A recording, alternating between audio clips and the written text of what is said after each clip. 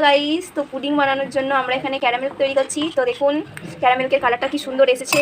তো যতক্ষণ না লাল লাল হয়ে আসছে ততক্ষণ আমরা ডাল করতে থাকবো। তো দেখুন কি সুন্দর কালার চলে এসেছে। আমি আর বোন দুজনে মিলেই করছি। তো ক্যারামেলটা আমরা একটা আলাদা পাত্রে ঢেলে নিচ্ছি। এদিকে দুটো ডিম নেওয়া হচ্ছে, ডিমে 2 চামচ চিনি দেওয়া হচ্ছে। চিনিটা যতক্ষণ না ভালো করে গুলে যাচ্ছে ততক্ষণ আমরা ফেটিয়ে নেব। আমরা এখানে 2টি এলাচ নিয়েছি যাতে ডিমের গন্ধটা না থাকে। তার জন্য আমরা এই 2টি এলাচকে ঘুরিয়ে নেব। এলাচ গুঁড়োটা দিয়ে দেওয়া হয়ে গেছে। এদিকে 4 কাপ মতন দুধ নেওয়া হয়েছে, আর ডিমের পরিমাণ অনুযায়ী দুধটা নিতে হবে। দুধের ওপর ডিমটা আমরা দিয়ে দিলাম। দুধ আর ডিম ভালো করে ফাটিয়ে নেওয়া হচ্ছে। পুডিংয়ে স্বাদ আনার জন্য 1 চামচ কাস্টার্ড পাউডার দেওয়া হলো।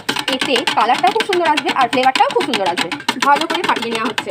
ক্যারামেলের ওপরে দুধ আর ডিমের মিশ্রণটা ভালো করে ছেঁকে নিচ্ছি যাতে সব সফট হয় খেতে।